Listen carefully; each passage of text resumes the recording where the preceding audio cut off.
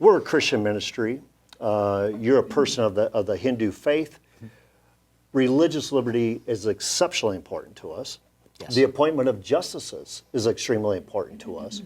First Liberty is a partner of ours. As president, who would you go to find out who should be appointed in this very crucial branch, the judicial branch? That's a big part of the president's job. Who would you go to, say, for resources, or what would form your opinion about what justices get on that bench? Frankly, it's a lot of the same people here. There's some areas where I do think we need to reinvent the wheel. This is one of the areas where I think we can just actually follow what's actually been time-tested and true. I think the group of people who advised President Trump did an outstanding job in putting jurists on the Supreme Court and in federal courts across this country. And this actually may be the first place where I say this, Bob, but we actually are already underway, and our goal is by the end of this summer to release the list of target nominees for the federal courts, just so people can see that transparently. We shouldn't hide that ball, so our goal is to have that out by the end of August, which is our list of, it will either be these individuals or individuals who embody these attributes.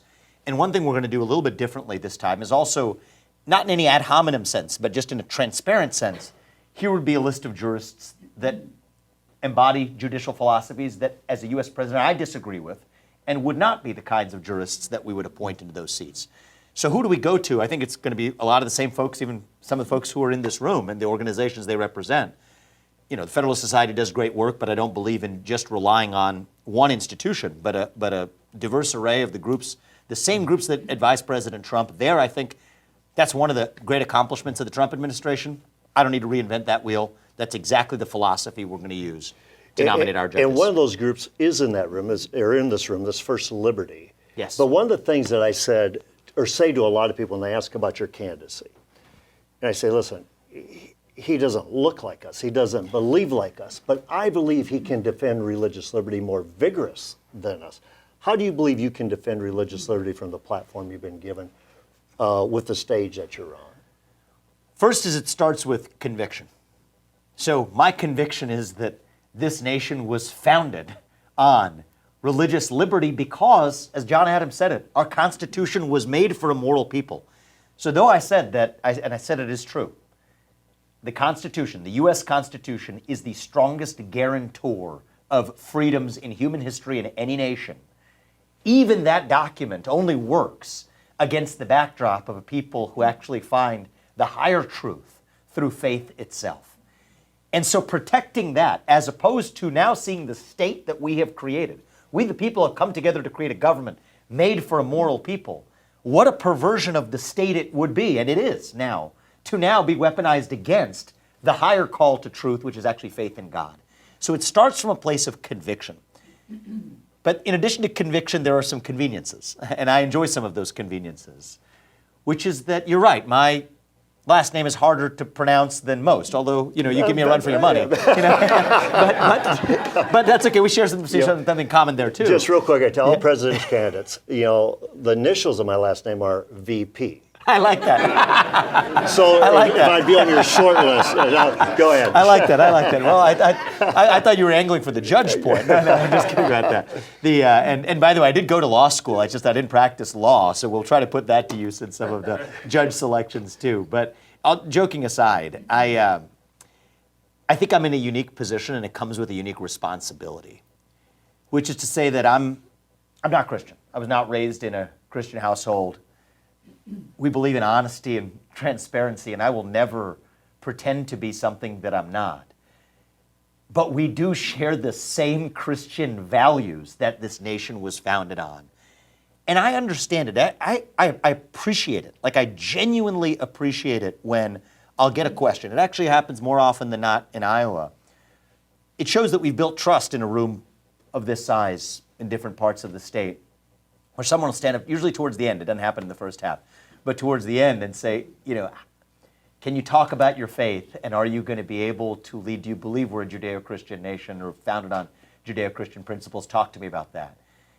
First of all, I think that that's what we need more of, is open conversation, and I actually get it that for certain people it can be tough, not impossible, but tough to say, wait, we're a nation founded on Judeo-Christian principles. And then here's this Hindu guy coming along saying that he wants to lead our nation. How's that going to work?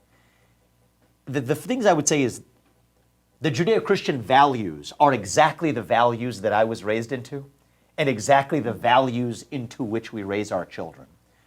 And if it's the choice between having somebody who's a self-professed, Christian versus somebody who embodies those values, certainly we're on the side of embodying those values, and I'm still married to my first wife. We're going to keep it that way, and our children grow up in the same household, and we're proud of that. But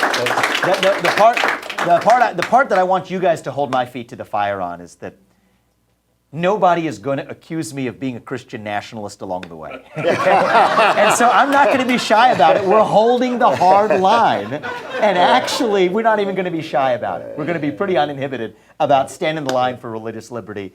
And even the first time we met in this building, you showed me I hope you don't mind me talking about this, but the impressive vision. plans and the visions for this institution, Yeah. right? What you're building. You actually... I think I invited you to come. I don't know if you remember this. I invited you to come to a speech I was given at the Land Expo, and you couldn't make it because Right. you were, speaking of land, focusing on land expansion and zoning. Wanted to get rezoned. Yes. Rezoned, right? And you told me a story, and maybe people in this room are familiar with it, but it stuck with me, about a Democrat, someone on the other side, who still said that this zoning body shouldn't be weaponized. Right. But was it 3-2, am I right? It is 3-2. It was 3-2, right? So it was one guy on the other side that made the difference as to whether or not you could be zoned in a way that allowed you to pursue your vision for this institution.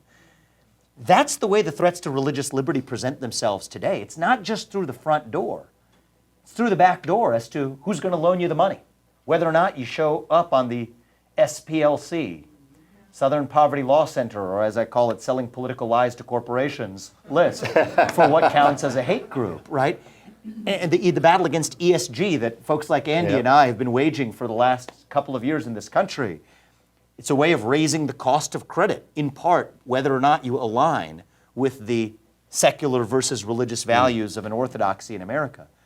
And so part of this comes from conviction, part of it comes from the convenience of being unshackled from the name calling and labeling, but part of it comes from also an understanding of the ways in which the threats to liberty, religious liberty, present themselves today. It's in the micro, not just the macro, but it's Amen. actually even more dangerous when it presents itself that way.